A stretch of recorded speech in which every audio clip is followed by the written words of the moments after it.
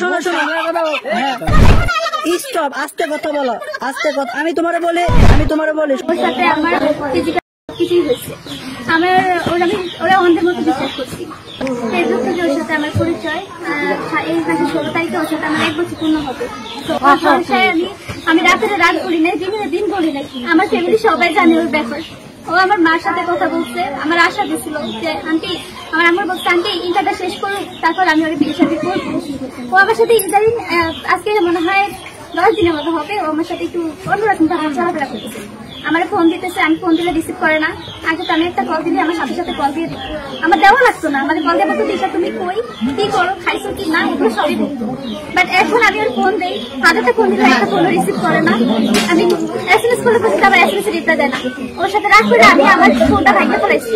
ওই ফোন আবার আমার এই ফোনটা আমার নিয়েছি, একজন খেয়েছি, আবার দুটো চালাইছি, পরে আবার আরেকটা নিয়ে নতুন আছে। তো এই ফোনের ভিতরে কোনো ডকুমেন্টস নাই আমার থেকে। একটা পিক আছে ওর সাথে, আমার সাথে ওর সাথে আমরা ইয়াতে গেছিলাম, বৈশাখী মেলা যেদিন হয়েছে ওই দিন আমরা ঘুরতে গেছিলাম। তো ওই একটা পিক আমি অনেক কষ্ট ওর থেকে নিয়েছি। আর যা ছবি আছে সব ওর ফোনে আছে, এমনকি আমরা ঢাকার রওনা পার্কেও গেছি, ওইখানেই ওর সাথে আমার সবকিছু হয়েছে। আমরা একই হোটেলে ছিলাম একসাথে। আমি সকাল 6টায় বের হয়েছি, সন্ধ্যে 6টায় বাসায় আসছি। এটার জন্য আমার আম্মু আমার বলছে আমার বাসায় আসবে না, ও আমাদের ধরে রাখছে যে যাওয়া লাগবে না। ও আমার সেদিন যাইতে দেয় না বাসায়, কিন্তু তারপর আমি আসছি ওর মুখের দিকে তাকে না থাকবো, এখন কিছু করে না, আমি কিছু করুক, তারপর আমি ঠিকই কি ওর কাছে যাবো। তো আমার এই ভরসা দিচ্ছে যে আমি কিছু একটা করি, তারপর আমি তোমাকে বিয়ে করবো। এখন আমার সাথে এরকম মেয়েটাই নেই, 10 দিন এরকম করতেছে বলে আমার মনে কিছু সন্দেহ লাগছে। বারবার জিজ্ঞাসা করছি, তারপরে বলে নাই, এই জন্য রাস্তায় ফোনটা ভাঙতে পড়েছি। আর এই জন্য আমি ঘুরতে দেখেছি। তো এখানে আমার দেখা হয়েছে আলামিন কাকার সাথে, আলামিন না, ইলিয়াস কাকার সাথে দেখা হয়েছে। ইলিয়াস কাকার সাথে দেখা হয়েছে। আর আমি ওনার পায়ে ধরে বলছি যে কাকা কি হয়েছে, আমার একটু সত্যিটা বলে। কাকা আমার বলতেছে যে আপনি আসতেন আরো আগে আসতেন, কালকে যদি আসতেন তাও পাইতো। কি এমন হয়েছে, কি পাইতাম, আমার তুই তো বলে। 15 বছর বিটা চেত, কিন্তু বিটা সে আমার বিয়ে কেন করলো, আমার আশা কেন দিল, আমার রাতে ঘুমটা কেন হারাম করলো। আমি শুধু একটা জিনিসই চাই, আমি সেটা বলেছি, আর কিছু তুমি মনে করো 12-10 জনের জিজ্ঞাসা করো,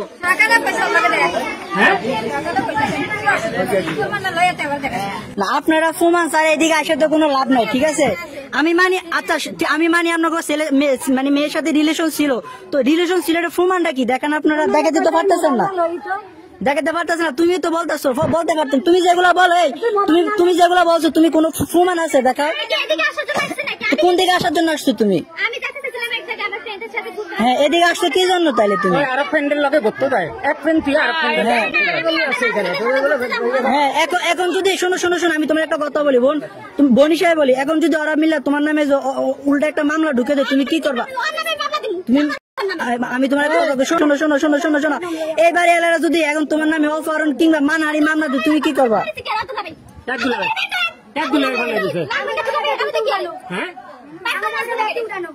কোন দুলা ভাই?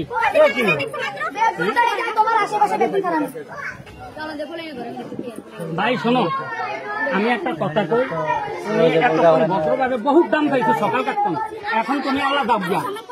এখন মনে করো তুমি তোমার সম্মানটা তুমি বদ দেয়া, তোমার সম্মানটা তুমি বদ দিয়ে তুমি দাব আল্লাহ খাও, তুমি বিষ খাও।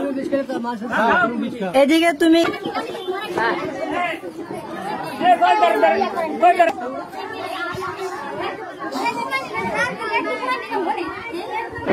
ও আসলে লাভ কি? তুমি আগে উত্তর দাও